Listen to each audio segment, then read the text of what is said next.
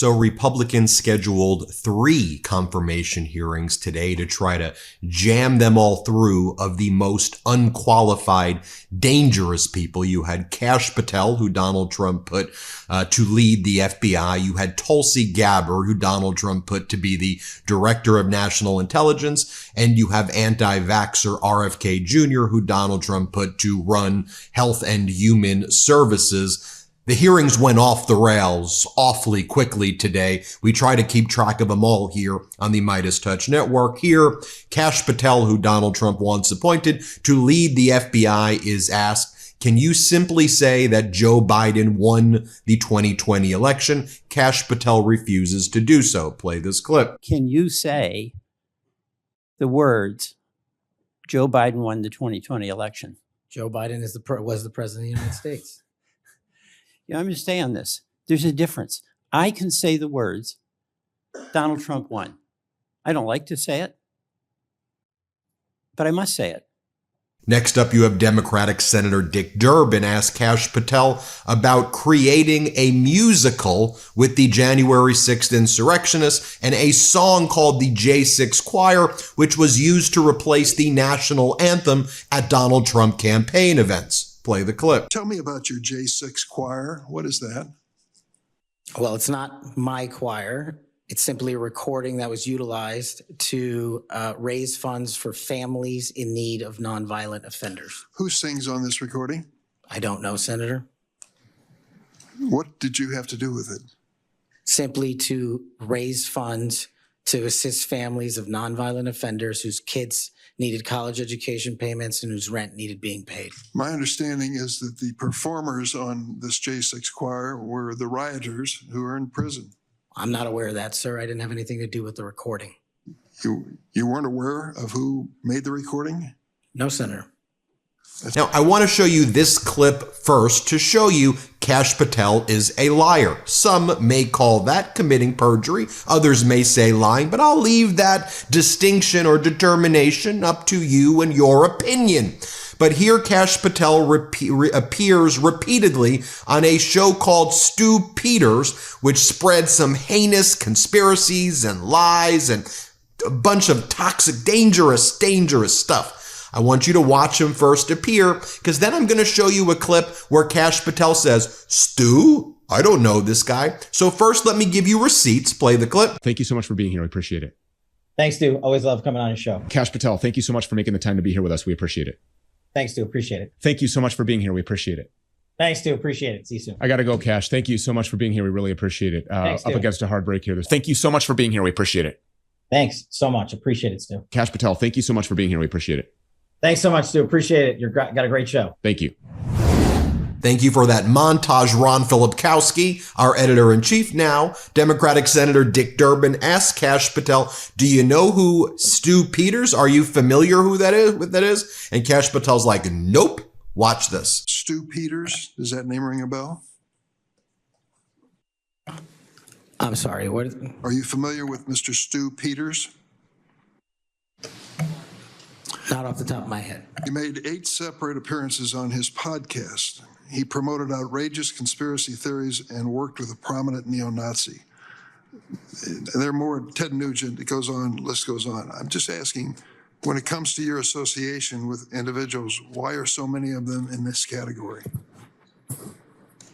My association, as you loosely define it, is by appearing in media over 1,000 times to take on people who are putting on conspiratorial theories and to devour them of their false impressions and to talk to them about the truth. That is something that I will always continue to fight for, Senator. Now I want to show you RFK Jr. He goes, I've never said anything wrong about science. Play this clip. Show me a single statement I've made about science that is erroneous. Thank you. Okay, you want me to show you receipts? Democratic Senator Bernie Sanders. Bring in the receipts, play. So my question to you is, were the scientists who told us that the COVID vaccine was imperative and President Trump who told us that it was this great thing, were they right or were you right when you told people that they should not take COVID shots? Senator, I filed that lawsuit after CDC recommended the vaccine for 6-year-old children without any evidence that it would benefit them and without testing on 6-year-old children. And that was my reason for filing that lawsuit. Was the COVID vaccine successful in saving millions of lives? I don't know. We don't have a good surveillance system, unfortunately. We don't know? I don't think anybody can say that. If you show me science that says that. You know, Bob, you say if I show you, you're applying for the job. I mean, clearly, you should know this. And that is, the scientific community has established that COVID vaccines save millions of lives, and you're casting doubt. That is really problematic. All right, let me ask. Next up, Democratic Senator Bernie Sanders. Here he goes right here. Let's play the clip. Thank you, Chairman Cassidy. And I'm going to do what I very rarely do, is actually follow up on a question from Senator Cassidy. There have been, as I understand it, dozens of studies done all over the world that make it very clear that vaccines do not cause autism. Now, you just said, if I heard correctly, well, if the evidence is there. The evidence is there. That's it. Vaccines do not cause autism. Do you agree with that? As I said, I'm not going to go into HHS with any preordained. I asked you a simple question, Bobby. The studies all over the world say it does not. What do you think? Senator, if you show me those studies, I will absolutely, as I promised to Chairman Cassidy, I will apologize. That is a very troubling response, because the studies are there. Your job was to have looked at those studies as an applicant for this job. All right. So you may know this about me, but I'm a new father. And with everything that's going on in the world, if I wasn't already in protect my family mode, I'm particularly so with all the uncertainty taking place right now. So look, I'm focused on life insurance. So I don't just protect my family now, but I protect them in the future. And so for me, when I go think about life insurance, I want to make sure that I'm getting the best. That's why I go to Select Quote.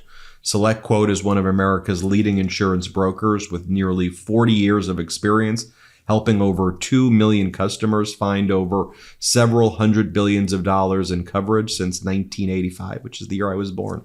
Other life insurance brokers offer impersonal, one-size-fits-all policies that may cost you more and cover you less. But with Select Quote's licensed insurance agents, they work for you and they'll tailor a life insurance policy for your individual needs in as little as 15 minutes. And that's what they did for me. So another thing, too, if you're worried about pre-existing health conditions, if you're worried about high blood pressure or diabetes, that's fine, too. Just give Select Quote a call. They'll walk you through it, and they'll make this a very easy and seamless process.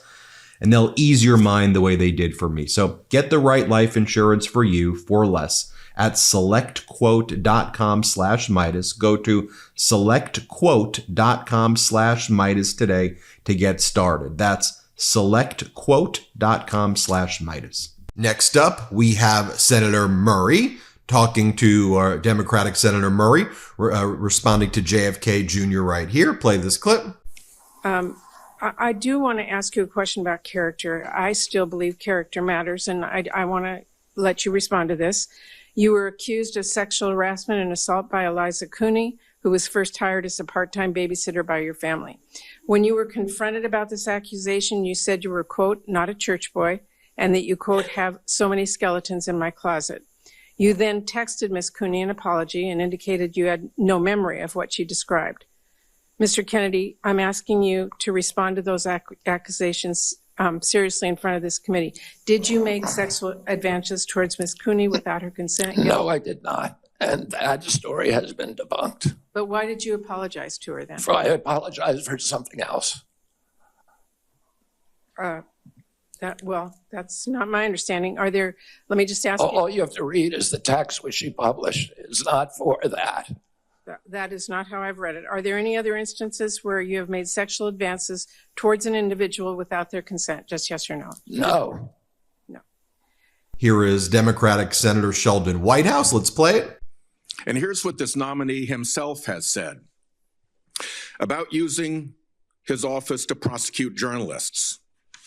We will go out and find the conspirators, not just in government, but in the media. We're gonna come after you, whether it's criminally or civilly. Is that a correct quotation, Mr. Patel?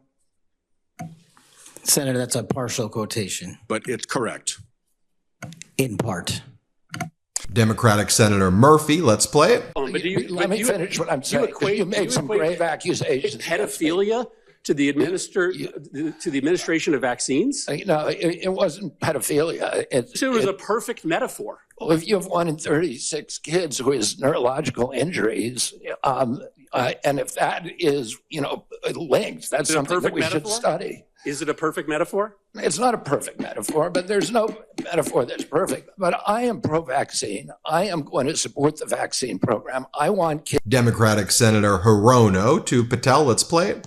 We have heard already your book includes a list of 60 people who you think make up part of the executive branch deep state. Mr. Patel, if confirmed, do you plan to investigate President Trump's former FBI Director Christopher Wray? Yes or no? I have no plans in going backwards. I have plans in safeguarding. How about James Comey? Do you plan to investigate him? Senator, every investigation will be subject to the same legal standard. Do you plan to investigate James Comey, who's on your list? I have no intentions of going backwards. How about and Bill every Barr? intention of using the Constitution. How about Bill Barr? Do you plan to investigate him, who's on your executive branch deep state, and you say you're going to ferret out the deep state? No one Yes or that no? did not break the law will be Okay, investigated. no answers to any of those. And finally, here's Democratic Senator Adam Schiff from the great state of California. Let's play it. Senator Durbin asked you about the January 6th choir of inmates whose song you promoted, and here's what you said. I did not have anything to do with the recording.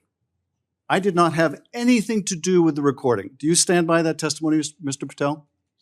Senator, what I said was I didn't do the recording. You said you didn't have anything to do with the recording, which is interesting because here's what you told Steve Bannon on his podcast.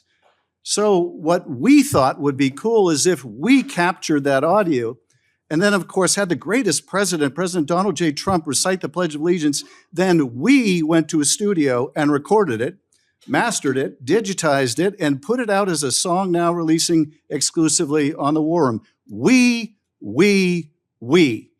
If you had nothing to do with it, Mr. Patel, why did you tell Steve Bannon and all his listeners that you did? That's why it says we, as you highlighted. Yeah, and you're part of the we, right? When you say we, that includes you, doesn't it, Mr. Patel? Not in every instance. Well, that's new. So when you said we, you didn't really mean you. Is that your testimony? Not unless you have a new definition for the word we. Oh, okay. I always thought we included the person who pronounced the word, but maybe not. Well, you also said this, Mr. Patel. We were able to capture the recording thanks to their courageous singing, and we were able to take it to a studio. So let me ask you, Mr. Patel, after saying we took it to a studio, did you take it to a studio? Me personally, no. After you said that we digitized and recorded it and all that, did you take it to a studio and digitize and record it? Me personally, no. Okay, so you are lying to Steve Bannon and his audience. Is that what you're saying? No, I was using the proverbial we appropriately, as you've the identified. royal we. Oh, I see. And so There you have it, folks. Let me know what you think. Hit subscribe. Let's get to 4 million subscribers. Can't get enough Meidas? Check out the Meidas Plus Substack for ad-free articles, reports, podcasts, daily recaps from Ron Filipkowski, and more. Sign up for free now at MeidasPlus.com.